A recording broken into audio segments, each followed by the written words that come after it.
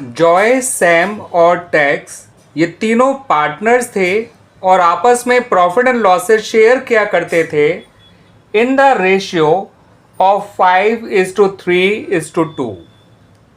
लेकिन with effect from 1 अप्रैल 2024 उन्होंने decide किया कि ये लोग आगे से प्रॉफिट एंड लॉसेस आपस में शेयर किया करेंगे इन द रेशियो 2:1:1।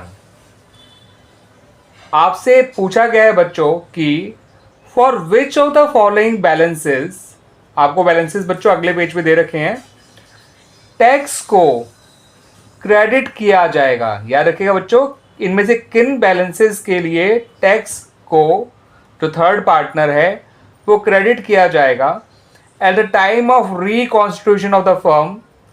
और अगर फर्म ये डिसाइड कर रही है कि उन अबव बैलेंसेस को, ये जो एक्यूमुलेटेड प्रॉफिट एंड लॉसेस के जो बैलेंसेस दे रखे हैं आपको अगले पेज पे, उन बैलेंसेस को अगर आगे कंटिन्यू किया जाएगा यानी कि डिस्ट्रीब्यूट नहीं किया जाएगा, तो हम जानते हैं बच्चों उसके लिए एडजस्टमेंट एंट्री पास की जाती है।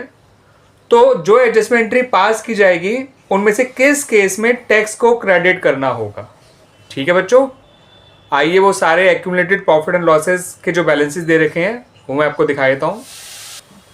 आपको जनरल रिजर्व दे रखा है ₹2 lakh, profit and loss account का डेबिट बैलेंस दे रखा है 1,20,000। ठीक है बच्चों, केस बी में जनरल रिजर्व है 2 lakh, profit and loss account का बैलेंस भी है क्रेडिट 2,50,000। केस सी में है डेफर्ड रेवेन्यू एक्सपेंडिचर 50,000 और पीएनएल अकाउंट का क्रेडिट बैलेंस है 80,000। केस 4 में है डेबिट जो है डेफर्ड रेवेन्यू एक्सपेंडिचर जिसका बैलेंस डेबिट ही होता है, याद रखिएगा, deferred revenue expenditure has a debit balance, ध्यान रखिएगा 50,000 और पीएनएल का भी डेबिट बैलेंस दे रखा है ₹80,000। सही है। अब बच्चों किस केस में हमें टैक्स को क्रेडिट करना है, तो उसके लिए पहले ये जान लेते हैं कि किस जो टैक्स है वो सेक्रीफाइस कर रहा है या गेन कर रहा है, तभी हम बता पाएंगे कि टैक्स को किस केस में क्रेडिट करना है। ठीक है बच्चों, टैक्स का पुराना शेयर था 2/10, टैक्स का नया शेयर था 1/4। इनका जब आप वो डिफरेंस निकालेंगे तो ये आ जाएगा 4 - 5 यानी कि माइनस का 1/20। मैंने यहाँ पे ओल्ड शेयर में से उसके न्यू शेयर को माइनस किया और रिजल्ट नेगेटिव आया। इसका मतलब ये जो टैक्स है वो गेन कर रहा है। ठीक है बच्चों, और एक्यूमुलेटेड प्रॉफिट एंड लॉसेस के एडजस्टमेंट एंट्री में गेनिंग पार्टनर तभी क्रेडिट होता है जब नेट अमाउंट, जो नेट बैलेंस है, ठीक है, जो बैलेंसेस दे रखे हैं उनका नेट अमाउंट डेबिट निकल कर रहा है। तो हम देख लेते हैं बच्चों कि कौन से केस में नेट अमाउंट जो आ रहा है वो डेबिट निकल के आ रहा है। क्योंकि किसी भी नेट अमाउंट अगर जो एडजस्टमेंट अमाउंट होता है वो क्रेडिट निकल कर आएगा तो गेनिंग पार्टनर डेबिट हुआ करता है, क्रेडिट नहीं हुआ करता। लेकिन हमसे क्वेश्चन में ये पूछा गया है कि इनमें से किस केस में वो क्रेडिट होगा, तो गेनिंग पार्टनर तभी क्रेडिट होगा जब आपका एडजस्टमेंट अमाउंट या नेट अमाउंट डेबिट निकल कर आए।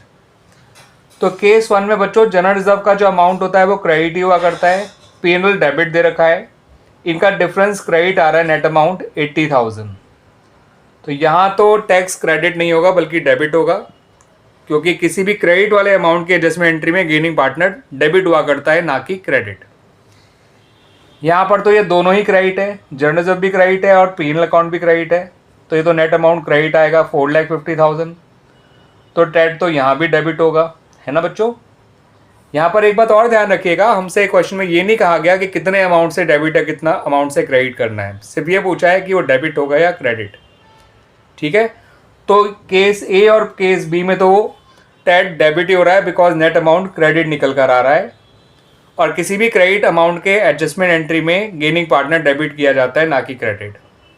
केस 3 देख लेते हैं, डेफर्ड रेवेन्यू एक्सपेंडिचर जो कि एक डेबिट बैलेंस होता है, ये सिर्फ 50,000 है और पीएनएल क्रेडिट 80 दे रखा है। तो यहाँ भी आपका जो नेट अमाउंट है वो 30,000 क्रेडिट आ रहा है।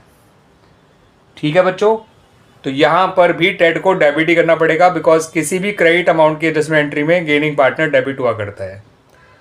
तो ले देखिए बच्चों, केस 4 ही बचा है, यही राइट ऑप्शन है। क्यों है मैं वो भी आपको दिखा देता हूँ। डेफर्ड रेवेन्यू एक्सपेंडिचर का बैलेंस भी डेबिट होता है, पीएनएल का बैलेंस भी डेबिट दे रखा है, दोनों को जोड़ देंगे तो आपका जो एडजस्टमेंट अमाउंट है या जो नेट अमाउंट है वो 1,30,000 डेबिट आ जाएगा। और किसी भी डेबिट अमाउंट की एडजस्टमेंट एंट्री में गेनिंग पार्टनर क्रेडिट ही किया जाता है। चलिए मैं आपको ये भी बता देता हूँ इस केस में टेट कितने अमाउंट से, टैक्स जो है वो कितने अमाउंट से क्रेडिट होगा। 1,30,000 का 1/20 निकाल लीजिए, वो आ जाएगा 6,500। तो he will be credited with ₹6,500, but that is not asked in the question. सिर्फ ये पूछा गया था कि किस केस में वो क्रेडिट होगा। तो इन केस नंबर डी वो क्रेडिट हो रहा है, because in case number A B C तीनों केसेस में जो नेट अमाउंट है या जो एडजस्टमेंट अमाउंट है जिसके लिए हमें जर्नल एंट्री पास करनी है वो क्रेडिट है, ठीक है। और किसी भी क्रेडिट बैलेंस के लिए जो एडजस्टमेंट एंट्री पास की जाती है विदाउट डिस्टर्बिंग द बैलेंस, उसमें गेनिंग पार्टनर को डेबिट किया जाता है, ना कि क्रेडिट। तो in all the 3 cases above cases tax जो है वो डेबिट हो रहा था, but only in this case वो क्रेडिट हो रहा है। क्लियर बच्चों, आगे समझ में।